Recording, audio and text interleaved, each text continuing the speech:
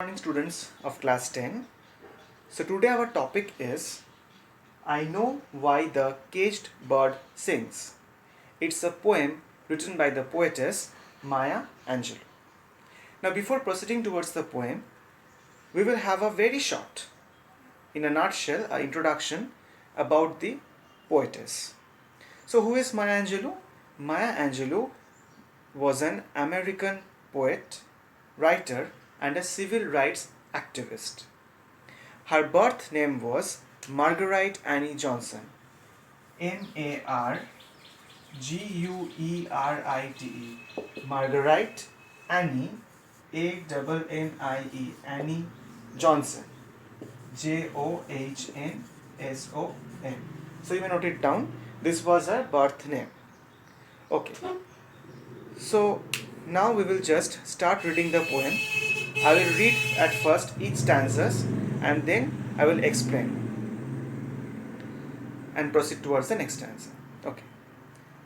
So open your text, follow the poem.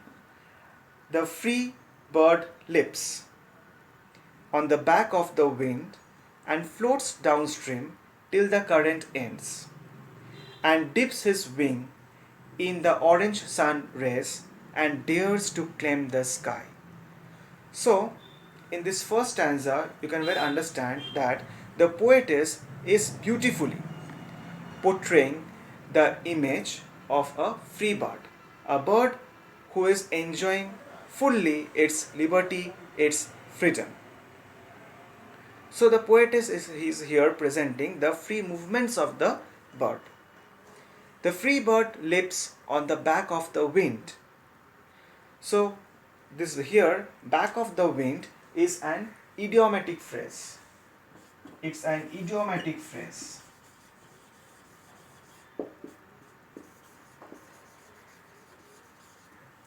So back of the wind means to be in a good situation, a good condition, when one knows of its success or when one enjoys the present condition. So here the bird is enjoying, leaping, floating in the air, here and there. It is enjoying its liberty, its freedom, and floats downstream till the current ends. So here current means river flow. So it is flowing down with the current of the river, means the river is flowing in its own way. The bird is also enjoying and flowing besides the river on its own way, and dips his wings in the orange sun rays. So here orange sun rays refers to the rising sun or the morning sun. When the sun rises, the sky becomes almost orangish in the dawn time. It also happens in the dusk more. Okay, so here maybe in the morning time the bird is flying after the sun rises, moving freely here and there in its own way. And what is the bird doing? And dares to claim the sky. See the use of the words, dares to claim the sky. The bird is so confident because of its freedom, because of its liberty, that it is even daring to claim what? To claim that as if the sky, the entire vast sky, is the bird's own, is its possession, right? Okay. Now we will move on to the second stanza. The caged bird sings with fearful trill of the things unknown, but longed for still, and his tune is heard on the distant hill, for the caged bird sings of freedom. So see here, in the second stanza, now the poetess is presenting the condition, the distressed condition of a caged bird. So we can easily say that the second paragraph is appropriately a contrast of the first paragraph. In the first stanza, the poetess has vividly presented the happy image of a free bird. And now see here, the poetess is now presenting the distressed condition of a caged bird. What is she saying? The caged bird sings,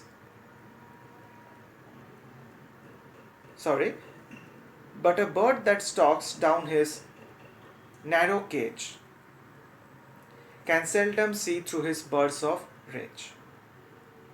So, a bird that stalks down. Stalks down. So, what is the meaning of the term, the word stalks down? So, stalks down means the way of walking when one is angry or offended. Stalks down. STALKS, stalks down. So, here who is stalking down? Here the bird, the caged bird is stalking down. Why is the bird stalking down? Why is the bird moving in an offended way or angry way? Because it has been confined, the bird has been confined within a narrow cage. Can seldom see through his bursts of rage. What is the meaning of seldom? Seldom means, SELDOM, seldom means very rarely, very often. Very often.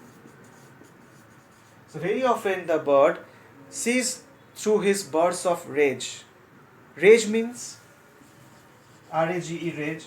Rage means wrath, WRATH, wrath, or anger, ANGER. So here see, here there is a use of a figure of speech in this line, bursts of rage. Here the figure of speech is transferred epithet, TRANSFERRET, transferred epithet, EPITHET, transfer epithet. Actually here the epithet, the adjective rage belongs to the bird. The bird is angry, not the birds of the cage. So the poetess has presented here the wrath of the bird.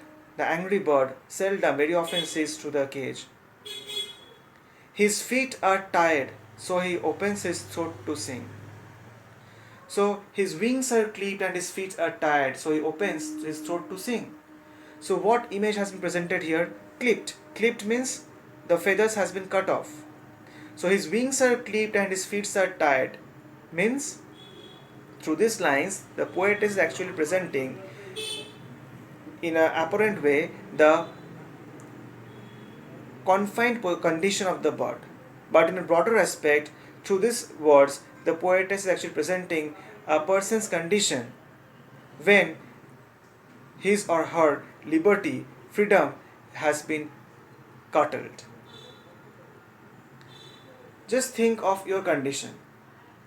Just think of a situation presenting yourself that when your back has almost been touched against the wall, that time you don't have nothing to do. Then what is the way? What is the only way remaining for you?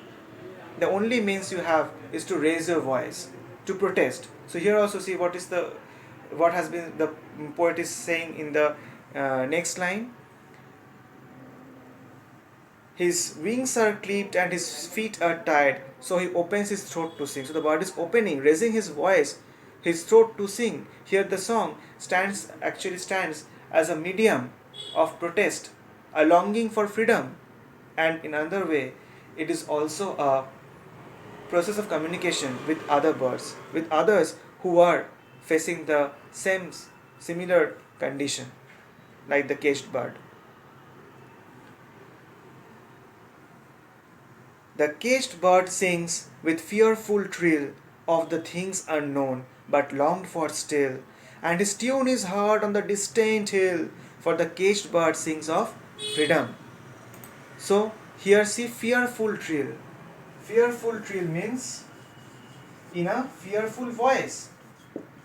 So see again in these words there is a contrast between the free bird and the caged bird. The free bird is so free, is enjoying his liberty in such a way that he is boastfully saying that the sky is his own.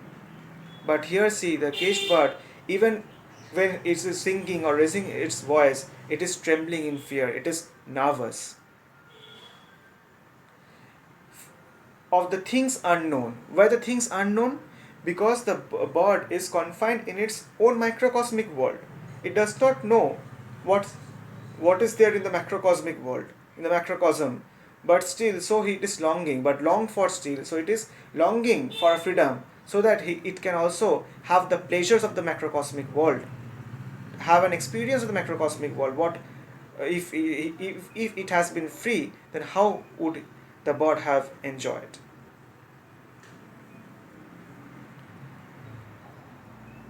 The free bird, now again in the next stanza, see, the poet is presenting the condition of the free bird.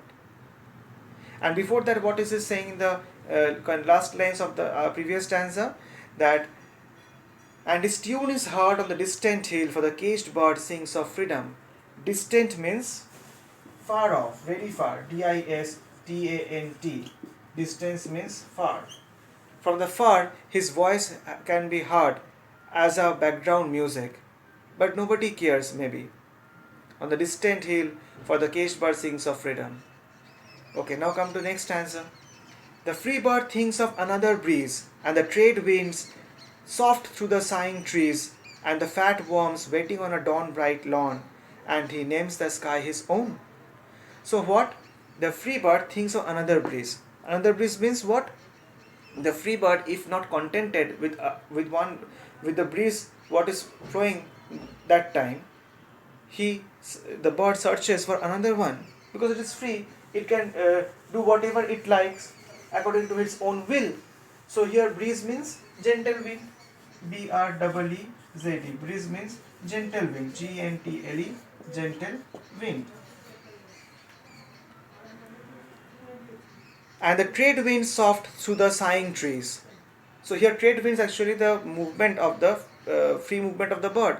So when the trade winds flows, it touches the tree softly, and the tree feels relaxed, and they sighs. Sighing trees means they are sighing. Sighing means taking deep breath. And see, in sighing trees there is a figure of speech again, and that is called personification. PERSONIFICATION. Personification means when an inanimate object is given some human attributes. The tree is sighing, and the fat worms waiting on a dawn bright lawn, and he names the sky his own. And the fat worms, but the bird can move freely here and there in search of its prey, and the fat worms, as if they are waiting eagerly, peacefully to be consumed by this bird. And he names the sky his own. And now again, is he naming? The free bird is trying to say, as if the entire sky is none others but his own. See the dare, because of its freedom. Now come to the next stanza. Again the poetess is presenting the condition of the caged bird. But the caged bird stands on the grave of dreams. Grave means graveyard. GRAVE. So why grave of dreams? Because the dreams. So in grave what we do? The dead bodies are buried. So as if the dreams will now be buried. It will not be fulfilled. That's why the caged bird is standing on the verge of its grave of its dreams. His shadow shouts on a nightmare scream. Nightmare means fearful. Nightmare means fearful dreams, or frightening dreams. And see again, shadow shouts. Here is also personification. The shadow is shouting. What I said, shadow is shouting. So again, shadow shouts, there is a personification, and nightmare is fearful dreams. His wings are clipped and his feet are tired, so he opens his throat to sing. Again, the repetition of the same words I had just now explained. The caged bird, now the last stanza of the poem, the caged bird sings with a fearful trill of things unknown but longed for still, and his tune is heard on the distant hill, for the caged bird sings of freedom. Again, it is a repetition of a few stanzas. Few minutes back we read the same lines. Okay, so I'm not explaining this one. But why the poetess has made this repetition? In order to draw our attention, to draw our focus on the distressed condition of this imprisoned bird, to emphasize its sorrowful condition. Right here. So here it ends the poem, and with the central idea or main theme, that is longing for freedom, which the poetess has beautifully presented through a contrast between a free bird and a caged bird. Okay, thank you.